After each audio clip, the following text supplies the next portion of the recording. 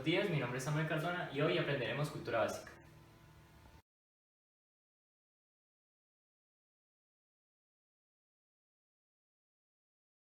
Hoy recordaremos tres historias muy importantes para nuestro país, como la es la tragedia de Armero, la toma del Palacio de Justicia y la vida y la muerte de Jaime Garzón. Bueno, para hoy entrevistaremos a dos personas que son que vivieron durante esta época, que son mi padre y mi madre, Otoniel Cardona y Claudia Fernanda, que nos van a ayudar a revivir esta historia poco a poco para que ustedes aprendan y recordar este momento tan difícil que fue para la nación. Estoy acompañado de mi madre, Claudia Fernanda Giraldo. Hoy haré unas preguntas acerca del tema sobre la tragedia de Armero. Antes de interactuar, conceptualizaré un poquito sobre este tema. Bueno, la tragedia de Armero es una erupción volcánica que se da el 13 de noviembre de 1985 por el Nevado del Ruiz, específicamente en los departamentos de Caldas y Tolima, dejando a casi 20.000 personas muertas y de una población de 29.000. Bueno, ya casi 35 años después, reviviremos esta historia con un testimonio de la mujer que tengo al lado, debido a que ella pues vivió los hechos y pues quisiera que vieran que esto fue pues grave. Bueno, dime, ¿cuál fue tu primer pensamiento al oír la noticia? ¿Cuál fue la reacción? O sea, ¿qué pasó en ese día en tu vida? Bueno, sí, hijo. Mira, esa fue una situación que ocurrió en la noche. Digamos que las personas ya estábamos acostadas. Ocurrió un fuerte terremoto que nos levantó. Mi mamá recuerdo que ella se levantó hacia los cuartos de mi hermana y yo y nos hizo que nos acomodáramos debajo del marco. La verdad es que el temblor no paraba, fue un temblor bastante largo, fuerte. Y pues en el primer momento en que sentimos que paró, pudimos salir a la calle. Ya la gente, pues con los vecinos, como discutiendo qué pasó, empezaron a prender los radios y a darnos cuenta que esto había ocurrido pues por culpa del volcán y que había ocurrido pues en varios lugares. Yo escuchaba Chinchiná, Mariquita o en Marmero, que obviamente pues había sido como que el más problemático. Digamos que recuerdo mucho que me impresionó las imágenes de la gente llena de lodo y sobre todo de ver cómo algunas personas las podían rescatar y otras no. Las ayudas del Estado fueron muy lentas, pese a que esto fue una tragedia que entre otras se preveía que iba a pasar. Ya venían un mes antes ocurriendo erupciones, había caída de ceniza, de azufre. Digamos que eso fue una noticia que como que empezó a existir, incluso hubo unos ligeros sismos previos a esa tragedia. Por eso es que la llaman mucho como que fue la tragedia eh, anunciada, porque ya se veía. Entonces me impactaba mucho ver en la noticia que había mucha dificultad para llegar a algunas personas, las casas, digamos, el lodo casi que tapado llegaba a algunos lugares hasta el techo, otras que ni siquiera se veían. Y de pronto pasó una historia muy triste de una niña, de adolescente, que se llamaba Mayra. Y esa niña nos causó, o por lo menos a mí me causó muchísimo impacto. Uno lloraba viendo la noticia de esa niña porque había rescatistas que se acercaban, pero ella estaba atrapada en las piernas. Se hablaba que se necesitaba unos equipos, unos aparatos, unos remolques como que pudieran, pero si se paraban allí colapsaba todo sobre lo que estaba, porque de todas maneras el lodo era muy blando y pues no iba a resistir. Lamentablemente y después, digamos que días después, la noticia era ella, básicamente. O sea, era toda la tragedia, pero como que mi fijación fue esa niña. Y que murió en la televisión. O sea, todos vimos y fuimos presenciando su muerte y eso, para mí creo que es de las cosas más impresionantes que me causó de esa tragedia. Bueno, me mencionas a mí y que te impactó mucho la noticia sobre Mayra, ¿no? Pero más que todo, ¿qué sientes cuando te mencionan sobre este tema? O sea, ¿tú qué se te viene a la cabeza? ¿Qué emoción, qué sentimiento te viene? ¿Susto, miedo, no sé, rencor o algo así? Tristeza, me da mucha tristeza. Tristeza porque si bien, mira, esto es un evento natural. Sabemos que la erupción volcánica, así como está, por ejemplo, en riesgo Pasto con el Galeras, la erupción volcánica es un evento natural, pero la tragedia pudo haberse evitado. Había muchos geólogos, había muchas personas que ya venía como venía esa erupción antes, ya venían estudiando el tema. De hecho, te cuento, hijo, yo pronto me iba a graduar del bachillerato y yo estaba haciendo mi vinculación con una universidad y yo iba a estudiar bioquímica. Y pues cuando eso ocurre en noviembre, yo paso en febrero, yo en enero presento las pruebas de la universidad y en febrero entro a la universidad en bioquímica. Y precisamente ese primer semestre vemos una materia que era el estudio de los suelos. Y el profesor nos hace la pregunta de, bueno, ¿quiénes quieren ir a diversos lugares? Y recuerdo que había armero para recolectar, digamos, algunas rocas de ese proceso de erupción y que las pudiéramos llegar a estudiarlas, a estudiar sus minerales y toda la cosa. Entonces, pues pude hacer una visita y encontrar que en ese lugar había tanto dolor, todavía habían huesos ya secos, ¿sí? Huesos que los ponían como en cajitas, como protegiéndolos. O sea, fue impactante, eso me impacta. Entonces, ese pues como que es mi recuerdo de esa tragedia. Hombre, pues se escucha pues horrible y pues no pude, pues no estuve en ese hecho, pero gracias por revivir esta historia y pues por contarle a nuestro público que futuro va a ver nuestro video la verdad este hecho fue para dejarnos caer en mente que las cosas pueden suceder y se pueden la gente se puede anticipar a estos hechos, porque ya como decía, esto era algo anunciado y pues se podría salvar a las personas. Gracias. Buenos días, mi nombre es Samuel Cardona y yo estoy acompañado de mi padre Otoniel Cardona. Hoy trataremos sobre el tema de la toma de Palacio de Justicia por el M-19. Bueno, antes de interactuar con él, voy a presentar y conceptualizar un poco acerca de este tema. Bueno, la toma de Palacio de Justicia se da el 6 y 7 de noviembre de 1985 por el M-19.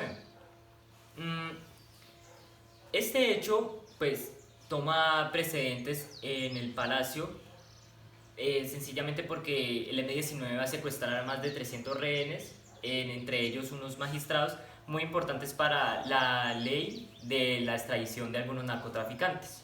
Bueno, el fin es que el M-19 quería entrar al Palacio de Justicia para desmovilizarse de las armas y volverse o hacer un tratado de paz con el mismo gobierno. Pero el presidente de ese momento, Belisario Bentancur, no le concedió esta acción y pues sencillamente el M-19 va a favorecer a algunos narcotraficantes que no querían hacer que esta ley de la extradición se pusiera en vigencia, igual que desmovilizarse. Bueno, para hoy vamos a revivir esta historia con un testimonio de mi padre que vivió durante la época del M-19 y pues de los extraditables, y pues precisamente vamos a contar cuál fue tu momento, tú qué estabas haciendo para la época del 6 y 7 de noviembre de 1985. Bueno, para esa época me encontraba estudiando, tenía alrededor de unos 18 años y estudiaba en un colegio en un pueblo del Valle del Cauca, Trujillo Valle. Allí me encontraba en un colegio de la Federación Nacional de Cafeteros.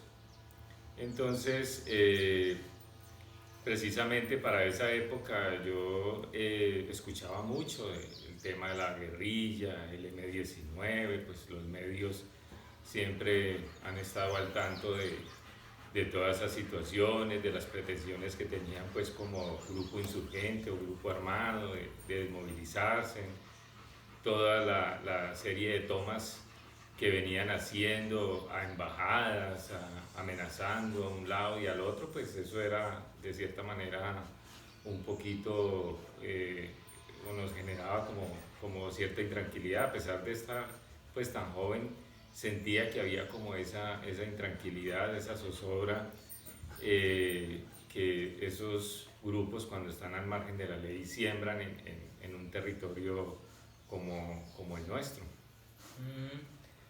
O sea que en tu interior tú sentías intranquilidad, ¿no? Tú sentías ese miedo por tu vida. Pero cuando te dicen o te mencionan acerca de este suceso, ¿qué se te viene a la cabeza? Se viene pues como mucha intranquilidad, me da como cierta nostalgia, cierta tristeza y a veces, y aún con los años que tengo, no me cabe en la cabeza que haya generado tanta muerte, tanta pérdida de vida y gente de pronto importante, estudiada, gente de pronto humilde también allí, como trabajadores del mismo palacio. Entonces, a pesar de estar como tan joven en esa época, yo nunca pude dimensionar por qué se podía acabar con la vida de tanta gente a la vez. ¿Tú recuerdas, o pues sé que ha pasado muchos años, casi 35, tú al menos recuerdas qué se decía en la radio, los periódicos? Para esa época sí, se hablaba mucho del tema, se hablaba de tres temas. Uno era la presión en esa época de los extraditables. Estábamos en pleno furor el tema de los narcotraficantes en cabeza de Pablo Escobar. Y en ese momento el gobierno, una manera pues como de acabarlos o de presionar que no siguieran ejerciendo tanta poder o tanta fuerza en el mismo pueblo o en la misma nación, acabando con parte de instituciones o gente importante, por ejemplo, callando medios como algunos periódicos, en ese tiempo El Espectador, haciéndole atentados. También se creó ese grupo de los extraditables para presionar al gobierno que no se aprobara o no se pusiera en vigencia la ley de la extradición. Se hablaba mucho del tema de la guerrilla, del M-19, que se quería desmovilizar, pero que como el gobierno no los escuchó, entonces querían como hacerle un juicio político porque no quiso conversar con ellos, porque no quiso de alguna manera acceder a sus pretensiones. Bueno, quiero que me cuentes, claro, yo había mencionado las amenazas sobre los extraditables y además del M-19, pero quiero que me cuentes si tú viviste en carne propia la experiencia de estar en Bogotá durante al menos 10 días antes, un mes, qué se sentía, si al menos fuiste, o qué pasó si alcanzaste a ir a Bogotá después de este suceso. Sí, para esa época, como estudiante de un colegio de la Federación de Cafeteros, allí existía una organización de estudiantes, se llamaba Futuros Agricultores, y yo representaba esa organización. Por lo tanto, yo asistía a unas reuniones a Bogotá, al mismo edificio de la Federación de Cafeteros, del Comité General de la Federación. Nos citaban a estudiantes de todo el país. Entonces, allí, cerca de ese edificio, me acuerdo que se llamaba el Menqueteva o se llama así el edificio donde anteriormente estaba la Federación de Cafeteros, ahora ya aparece en otro lugar. Y nos hospedaban en un hotel ahí cerca a la Plaza de las Nieves, también muy cerca al edificio y cerca al Palacio de Justicia, cerca a la Plaza de Bolívar. Y resulta que para esa época, 8 días antes del suceso, yo había estado en ese hotel, hospedado allí en ese hotel, Las Nieves, algo así se llamaba. Y resulta que cuando me di cuenta por los mismos periódicos que en ese hotel habían encontrado un arsenal, unas armas, unas municiones, unos planos del mismo Palacio de Justicia, y me dio mucho temor. O sea, yo sí vi cuando estuve en Bogotá esos 8 días antes de que esa zona de la Séptima, la Plaza de Bolívar, todo estaba muy militarizado. Se veía ya ejército de la 13ª Brigada y militares de la misma Guardia Presidencial. Entonces yo decía, ve, ¿qué será que va a pasar? ¿Por qué esta zona está tan militarizada? Bueno, cierto de caso, yo estaba en mi cuento, pero lejos de pensar que iba 8 días después a suceder semejante situación tan bestial, y me dio mucho temor, o sea, me dio mucho miedo, porque yo dije, Dios mío, yo estuve en ese hotel, yo creo que a lo mejor me pude haber encontrado con mucha de esa gente, porque yo sí vi mucha gente hospedada en ese hotel, pero lejos de pensar que a lo mejor estuvieran confabulados o preparando un atentado o algo, una toma al Palacio de Justicia como se dio 8 días después. Bueno, y ya para concluir, pues tú en ese momento, ¿qué pensabas? ¿Cómo iba a ser el futuro tanto de tu vida como el de Colombia? ¿Cómo iba a llegar este país pues hasta donde está ahora? Pues literalmente después de ese suceso y con eso de los extraditables. Pues que estábamos en mano precisamente del narcotráfico, porque posterior a los hechos, precisamente cogió más fuerza el tema del narcotráfico. Como quiera que los extraditables en su momento no lograron, o lograron pues que no se aprobara la ley de la extradición, o no se diera la extradición justo en ese momento con Belisario, pues de alguna manera iba a coger más fuerza, o cogió más fuerza ese tema del narcotráfico, y así lo vivimos. O sea, para el país fue una situación sumamente dolorosa, cada rato atentados a un avión de Avianca, al edificio del DAS, todo eso nos tocó vivirlo posteriormente, y con mucho temor. O sea, yo sentía que este país estaba tomado por esa fuerza oscura del narcotráfico, y mucha gente, o sea, a partir de allí muchos de mis compañeros, amigos, terminaron metidos en esa cultura, en esa situación del narcotráfico.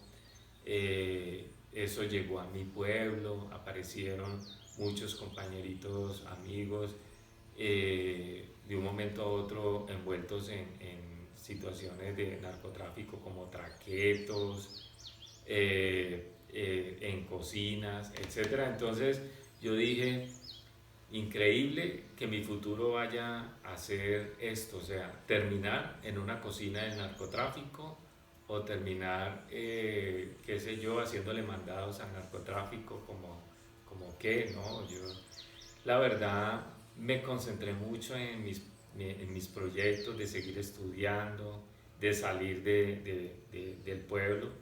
Lo hice, me vine a Buga a terminar bachillerato y posteriormente ya me vine a estudiar Universidad a Cali. Y poco a poco me fui aferrando a ese tema de mi formación como administrador de empresas y a ver las cosas de una manera diferente, y asimismo el país fue evolucionando, fue cambiando hasta la forma pues como hemos logrado vivirlo con el trasegar de los años. Bueno, gracias por tu tiempo. Con mucho gusto, hijo. Ahora, para terminar el video, me acompañan los dos, pero vamos a tratar de un tema diferente que va a ser uno de los principales, debido a que va a morir justo por la violencia en nuestro país, y va a ser donde el punto álgido de la violencia va a ser marcada por nuestra nación. Va a ser precisamente la muerte de Jaime Garzón, bueno, va a ser polifaceta, ¿no? Pero entre otras va a ser abogado, locutor, humorista, periodista, bueno, muchas cosas más. Bueno, para hoy les voy a preguntar a ellos si alguna vez conocieron a este gran creador del conocido humor político. ¿Lo llegaron a conocer? ¿Dónde? Bueno, personalmente no tuve la oportunidad.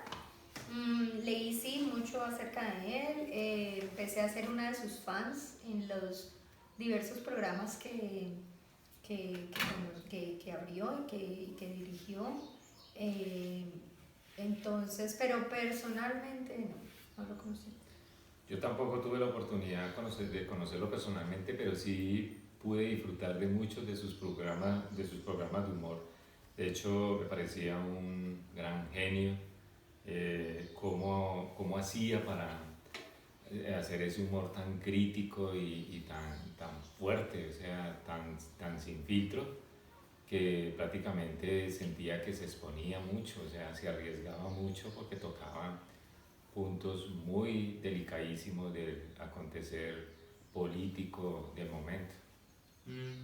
Bueno, ahora quiero que me respondan, ustedes cuando veían un programa de él, sentían que ustedes cuando estaban viendo un programa de él, ustedes se sentían, la verdad, este señor tiene un buen conocimiento, tiene tanto, o sencillamente no lo apoyaban porque pues sencillamente decía un montón de pendejadas que probablemente otro también puede decir?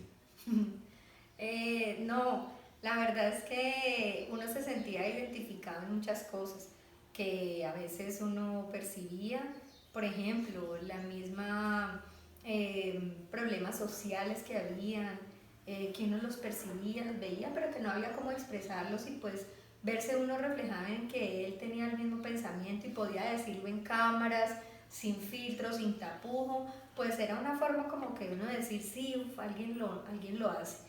Y también pues con tanta violencia que tuvimos, la misma narcoguerrilla, el paramilitarismo, la corrupción de nuestros políticos, y no tener ese miedo y ese temor de expresarlo, era lo que de alguna manera me encantaba, me hacía. Y lo hacía de una manera muy humorística, ¿no? O sea, lo hacía reír a uno totalmente. A mí me parecía muy irreverente, o sea, hacía unas cosas loquísimas que solo a él se le ocurrían, y de alguna manera uno sentía que sí, podía ser como la voz de un pueblo que de alguna manera estaba bajo el yugo de la mentira, del engaño, de un Estado que de alguna forma disfrazaba mucho de sus hechos que generaban o han generado pues tanta desigualdad y tanta injusticia, que él lo decía abiertamente como el Estado precisamente se llenaba de sus mañas para hacerle creer a todo el mundo que lo que estaba haciendo era lo correcto y lo perfecto, cuando no era así.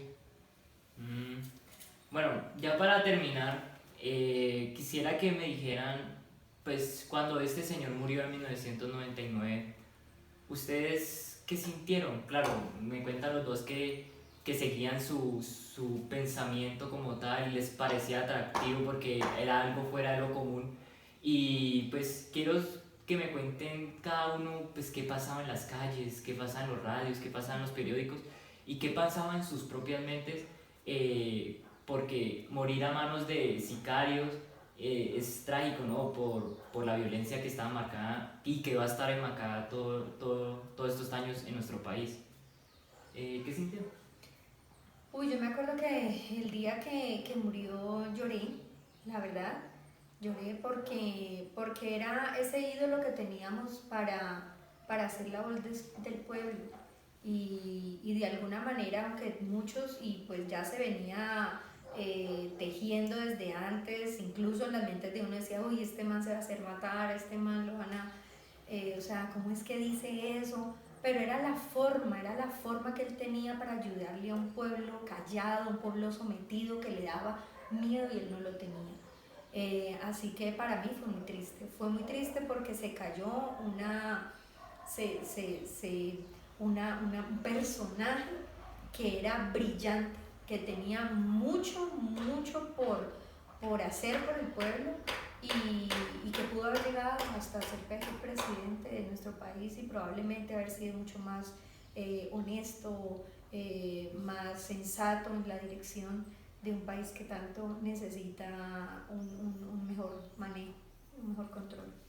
Yo que sentí en la época, yo sentí mucha rabia, mucha impotencia, saber que estaban callando a una persona que decía la verdad a su manera, en medio de burla, en medio de cómica, como fuera, pero decía la verdad y yo dije, es increíble que se calle a un genio del humor, a una persona tan inteligente como era Garzón. Me dolió infinitamente y me sigue doliendo infinitamente y lo extrañamos.